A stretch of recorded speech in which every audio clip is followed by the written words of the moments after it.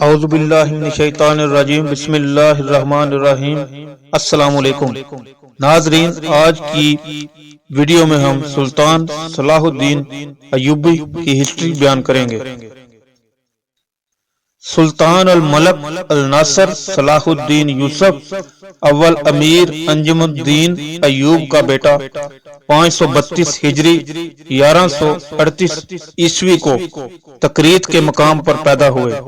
ان کی شہرت کا آغاز اس وقت ہوا جب شیر کوہ مصر کے خلاف اپنی پہلی مہم میں ان کو اپنے ساتھ لے گیا۔ شیر کوہ نے صلاح الدین کو حکم دیا کہ وہ بلیس اور اس ضلع کا محاصرہ کر کے وہاں سے خراج وصول کریں۔ اس کا نتیجہ یہ ہوا کہ وہاں گمسان کی جنگ شروع ہو گئی۔ شاور نے اپنے آپ کو مشکل میں مبتلا پا کر شاہ اموری کو امداد کے لیے مدعو کیا۔ چنانچہ شیر کوہ اور صلاح الدین ایوبی بلیس میں قلعہ بند ہونے پر مجبور ہو گئے۔ دونوں نے اس پامردی سے مدافعت کی کہ شاور اور شاہ اموری انہیں شکست نہ دے سکے۔ 560 ہجری کے آغاز میں شیر کوہ صلاح الدین ایوبی کے ہمراہ اپنی فوجوں کو صحیح سالم لے کر شام پہنچ گیا۔ اس جنگ کا سب سے بڑا نتیجہ یہ نکلا کہ نور الدین اور اس کے ساتھیوں کو مصر، اس کی دولت اور اس کی طاقت کا بخوبی اندازہ ہو گیا۔ شیر کوہ کے دل میں اسے فتح کرنے اور اس میں آباد ہونے کا شوق پیدا ہوا، لیکن صلیبی جنگوں کے باعث نور الدین اپنی فوج کو منتشر نہیں کرنا چاہتا تھا۔ 3 سال بعد شاور نے اموری سے ایک نیا معاہدہ کر لیا اور شیر کوہ کو دوبارہ مصر پر چڑھائی کرنے کا حکم ہوا۔ اس نے پھر صلاح الدین ایوبی کو اپنے ساتھ لے لیا۔ شیر کوہ جب قاہرہ پہنچا تو لوگوں نے نجات دہندہ کی حیثیت سے اس کا استقبال کیا، مگر شاور اس کے خلاف ہی رہا۔ اس نے صلاح الدین ایوبی اور اس کے ساتھیوں کو ایک ضیافت کے موقع پر قید کرنے کی سازش کی، لیکن انہیں اس کا علم ہو گیا۔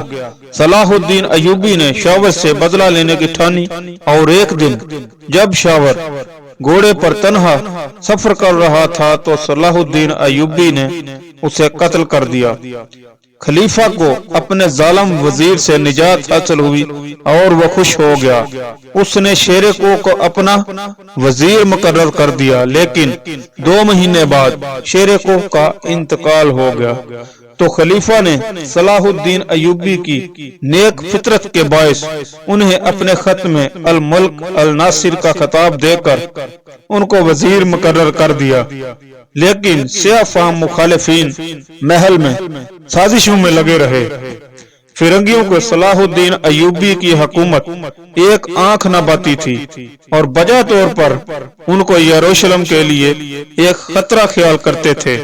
انہوں نے فرانس، جرمنی، انگلستان، بورنزی شہنشاہ اور پاپائے روم کی طرف فوری مدد کے لیے ایلچی روانہ کر دیے، اور وہ قسطنطنیہ کی طرف سے ایک فوجی اور جنوبی اطالیہ کی طرف سے ایک امدادی فوج حاصل کرنے میں کامیاب ہو گئے۔ صلاح الدین ایوبی نور الدین سے مدد کے خواہاں ہوئے اور یہ درخواست بھی کی کہ وہ کمک ان کے والد کے زیر کمان بھیجی جائے۔ بزنطی فوج کو رسد کی کمی کی دقت پیش آنا شروع ہو گئی اور اموری کو اپنی مکمل فتح کے متعلق شبہ پیدا ہو گیا۔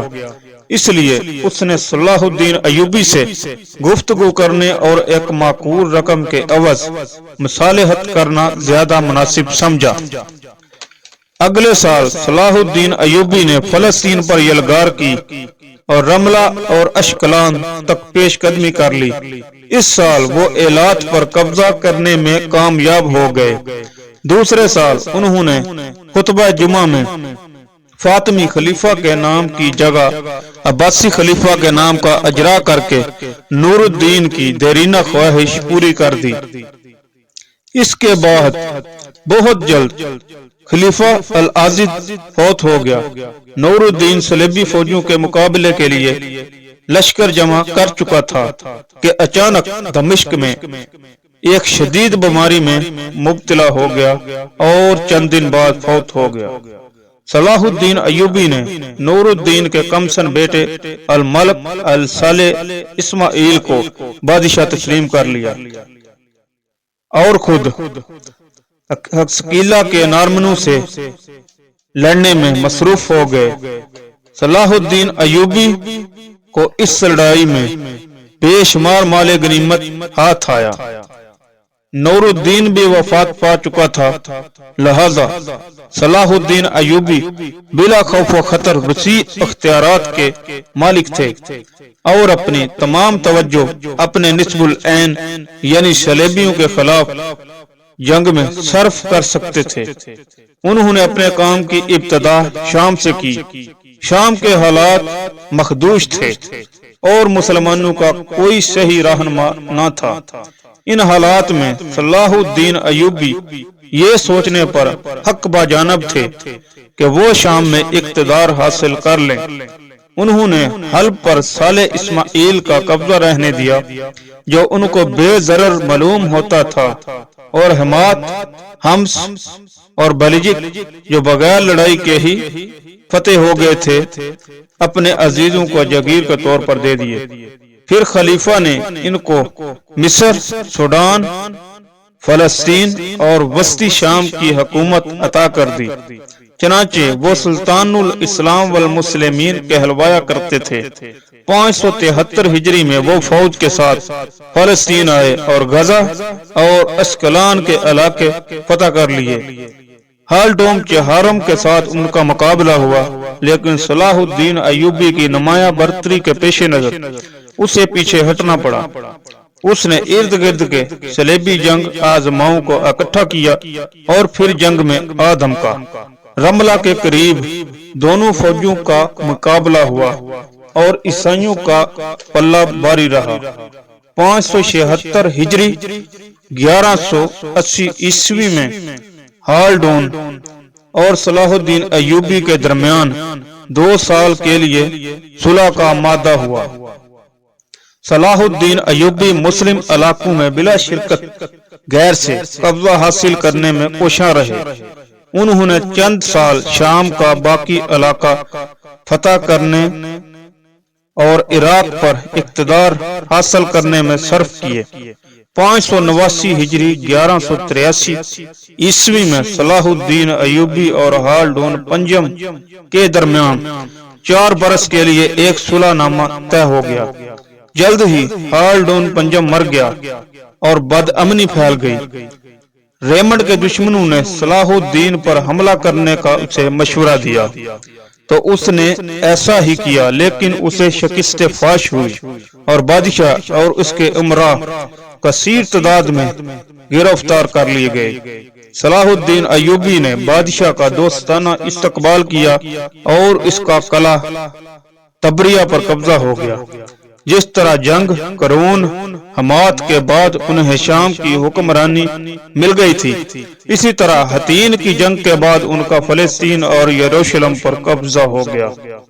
صلاح الدین ایوبی نے اعلان کیا کہ 40 دن کے اندر اندر عیسائی شہر سے نکل سکتے ہیں، بشرطی کا وہ مرد 10 دینار، فی عورت 5 دینار اور فی بچہ 1 دینار تاوان جنگ ادا کر دیں۔ بہت سے لوگوں کو انہوں نے بغیر تاوان کے چھوڑ دیا اور 10,000 افراد کا فدیہ خود ادا کیا۔ لیکن پول سلطان کی عظمت اور اعلیٰ ظرفی کی تعریف کرتے ہوئے لکھتا ہے کہ ایک واقعہ بھی ایسا پیش نہیں آیا کہ کسی عیسائی کے ساتھ زیادتی ہوئی ہو۔ قبۃ الزہرا اور مسجد اقصی کو بحال کر دیا گیا۔ یروشلم کی فتح کا جشن منانے میں پوری اسلامی دنیا شریک تھی۔ فلسطین کا بیشتر حصہ صلاح الدین ایوبی کی حکمرانی میں اسلام کے پرچم تلے آ چکا تھا۔ ان کا نمایاں نصب العین خلافت فاطمیہ کا خاتمہ اور عیسائیوں سے فیصلہ کن جنگ تھا جن کے جنگی اقدام سے مشرق وسطی کا امن و امان خطرے میں پڑ گیا تھا اور حج کا راستہ بھی محفوظ نہ رہا تھا۔ بجا طور پر کہا جا سکتا ہے کہ سلطان صلاح الدین ایوبی ان مقاصد کے حصول میں کامیاب رہے۔ پھر انہوں نے یروشلم کو مستحکم کیا اور اطمینان سے دمشق کی طرف چلے گئے، جہاں لوگوں نے دھوم دھام سے ان کا استقبال کیا۔ سفر 599 ہجری 1193 عیسوی میں وہ بیمار ہوئے اور 14 دن 55 برس کی عمر میں فوت ہو گئے۔ ناظرین، اگر آپ اس طرح کی اور ویڈیو دیکھنا چاہتے ہیں تو کائنڈلی چینل کو سبسکرائب کریں اور بیل آئیکن کو پریس کریں تاکہ ہر نئی آنے والی ویڈیو آپ تک پہنچ سکے۔